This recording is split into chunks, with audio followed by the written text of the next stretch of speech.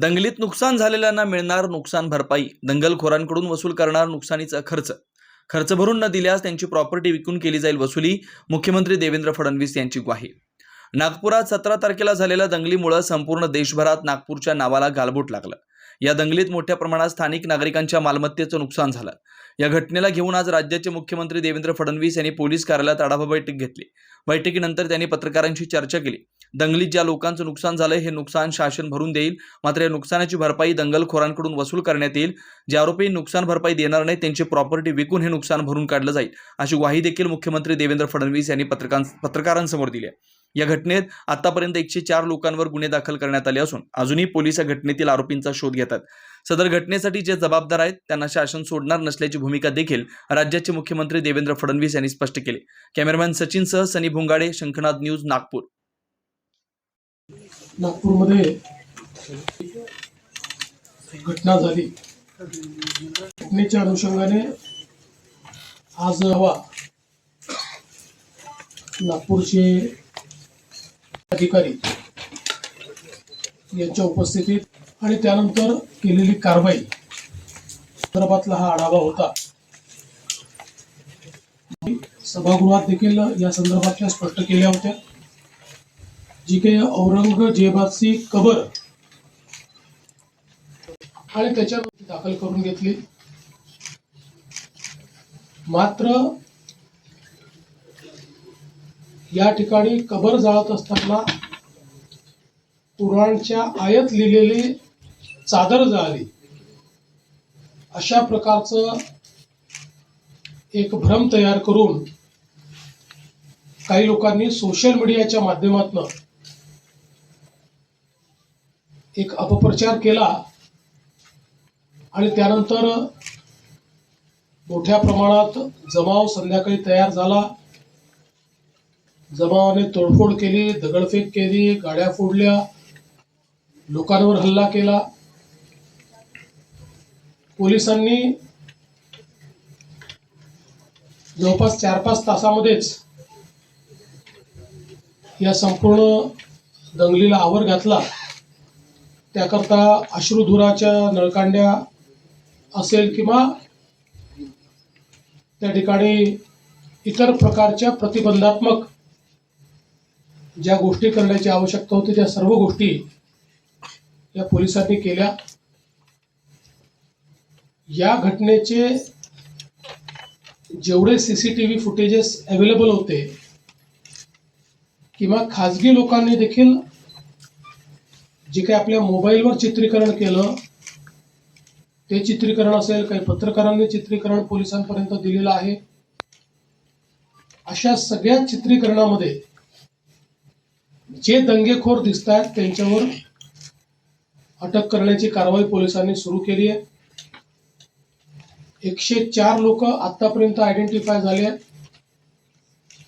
ज्यामध्ये 92 लोकांना अटक केली आणि 18 वर्षाच्या खालचे विधी संघर्षित असल्यामुळे त्यांच्यावर ज्या प्रकारची कायद्याने कारवाई करता येते ती कारवाई करण्यात आली आहे। आणि अजूनही हे आयडेंटिफिकेशन चाललेलं आहे। याही पेक्षा जास्त लोक हे या ठिकाणी अटकेमध्ये घेण्याचा पोलिसांचा मानस आहे।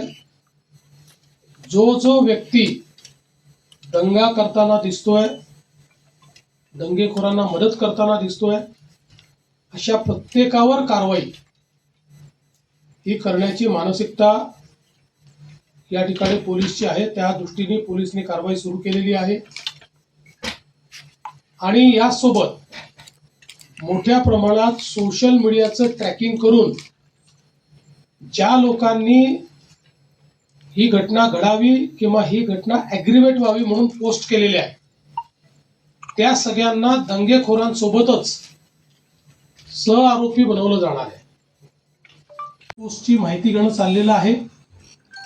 आणि अशा प्रकारे ज्या लोकांनी भडकवणारा पॉडकास्ट केलं, ज्यांनी चुकीच्या पोस्ट टाकून अफवा पसरवून त्या ठिकाणी लोकांमध्ये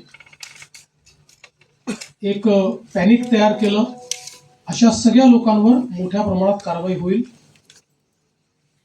ज्या लोकांचं नुकसान झालेलं आहे, गाड्या फोडणं, काहींच्या पार्शली गाड्या फुटल्या आहेत, त्या सगळ्यांना पालकमंत्र्यांनी स्वतः लक्ष घातलेलं आहे. त्या सगळ्यांना नुकसान भरपाई येत्या 3 ते 4 दिवसात दिली जाईल. आणि आता जो काही आपण काही निर्बंध घातलेले आहेत, त्या निर्बंधांमुळे थोडं जनजीवनावर परिणाम होतोय, व्यापारावरही परिणाम होतोय. त्यामुळे ते लवकरात लवकर त्यात शिथिलता आणावी अशा प्रकारचा प्रयत्न आहे. पण त्याचवेळी पोलीस सजग राहणार आहेत आणि कोणीही दंगा करण्याचा प्रयत्न केला तरी देखील अतिशय कडक कारवाई केली जाईल. आता जे काही नुकसान झालेलं आहे, हे सगळं नुकसान दंगेखोरांकडनं वसूल करण्यात येईल. त्याची सगळी किंमत काढली जाईल आणि ते दंगेखोरांकडनं वसूल केलं जाईल.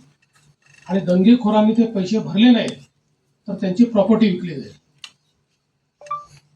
अशा प्रकारे नागपूरमध्ये किंवा महाराष्ट्रात कुठेही या गोष्टी सहन केल्या जाणार नाहीत. नागपूरमध्ये तर एक नागपूरचा शांततेचा इतिहास राहिला आहे. 1992 नंतर नागपूरला कधीही मेजर अशा प्रकारचा इन्सिडन्स झालेला नाही. छोटे मोठे झाले असतील. आणि म्हणून आता जर अशा प्रकारे दंगेखोरांना सरळ केलं नाही तर त्यांना अशी सवय पडेल. म्हणून याच्यामध्ये कुठलाही टॉलरन्स हा पोलीस विभाग करणार नाही. तशाच प्रकारच्या सूचना पोलिसांना दिलेल्या आहेत. क्या आप इंटीरियर के बारे में सोच रहे हैं पर डिज़ाइन फाइनल नहीं कर पा रहे? होम इंटीरियर या ऑफिस इंटीरियर, किसी भी डिज़ाइन आइडिया को रियलिटी में कैसे बदले, आज हम ये जानेंगे इंडस्ट्री एक्सपर्ट्स से। हमारी कंपनी जो है डिज़ाइन ब्यूरो, उसमें interior designing, renovation, architectural design, landscaping end renovation, furnitures, ये सारे जॉब्स हमारे यहाँ होते हैं। और पिछले 20 साल से हम लोग इस फील्ड में हैं।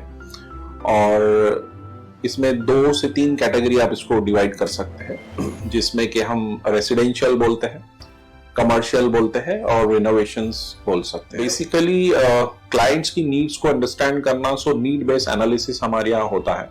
सो क्लाइंट्स के लिए हम लोग परफेक्ट इसलिए हो जाते हैं, या हम उनके लिए दोबारा या किसी क्लाइंट्स के लिए हम चौथी बार काम कर रहे हैं because of their confidence with us, कि वो हमारे ऊपर रिलाई करते हैं। हम लोग अमित यूनिवर्सिटी को पहले से ही जानते थे, तो उनको हमने बुला के उनको जो स्ट्रक्चर है, यहाँ पे ब्रिक्स वर्क चल रहा था तभी से उनको कांटेक्ट किया, उन्हीं को जगह दिखाई, उनको स्पेस डिजाइन करने के हिसाब से कांटेक्ट किया, उन्होंने डिजाइन बना के दिया काफी अच्छा।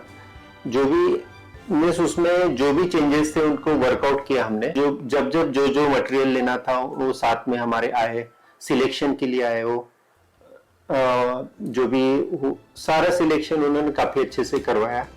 जो भी उसके बाद में जो एक्सपेक्ट था उससे ज्यादा बेटर ऑफिस उन्होंने बनवाया। बजट अगर आपका लिमिटेड है तो लिमिटेड बजट में भी आप एक अच्छा इंटीरियर कर सकते हैं, ये हमारा विश्वास है। और हमारे क्लाइंट्स के लिए हम वही दे रहे हैं और उसी से हमारा क्लाइंटल बड़ा है। हर क्लाइंट की एक अलग स्टोरी होती है, उनका एक अलग रिक्वायरमेंट्स होता है। कई बार ये सारा मिस आउट हो जाता है, हम अपने डिज़ाइन उन पे लादते हैं, वो नहीं होना चाहिए।